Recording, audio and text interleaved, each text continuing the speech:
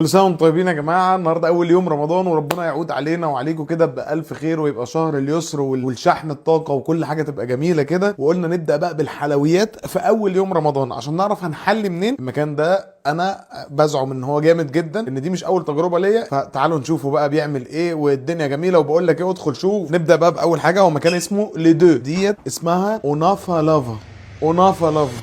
اول حاجه هي الاونافا لافا، عشان مصطفى عمال يحور دلوقتي ورا الكاميرا ويقول كنافه لافا. هي اسمها اونافا لافا. اسكت خالص، انا هقول التفاصيل، يبقى شيلها انت في المونتاج. دي بقى عباره عن كنافه وعليها فراوله من فوق، ومحشيه زي كوندنسد ميلك كده. دي الوحيده اللي محطوطه في طبق حديد علشان يشيل الايه اللبن المكثف.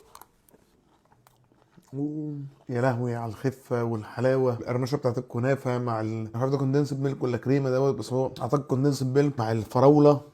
الميكتشر ده كله خفيف قوي وحلو قوي. انا اتحمست بقى. تعالوا بقى اوريكم شويه اشكال حلوه بقى. اخر قطمه بس، معلش انا اسف.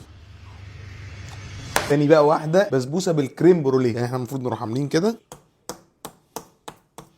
ده كريم بروليه تحته هنا. دي بسبوسه. خد انت القطمه عامله ازاي، بسبوسه مع كريم بروليه مع الكنافه. دي القطمه.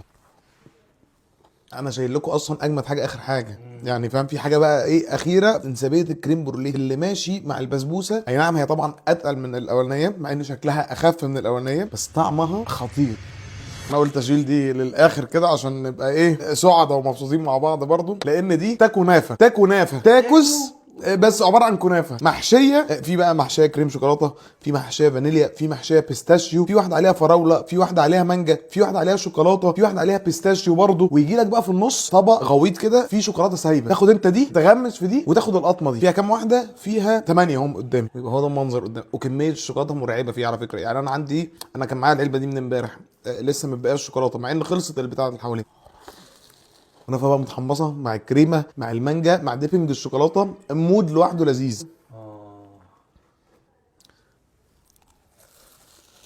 انا هنخص في رمضان اللي بالكريمه الشوكولاته والفراوله دي خطيره. 30 يوم رمضان بقى مع بعض بس خلاص. مكان جامد قوي وحاجته حلوه قوي. هو موجود في مصر الجديده في الكوربه. سيبه في الكومنتات.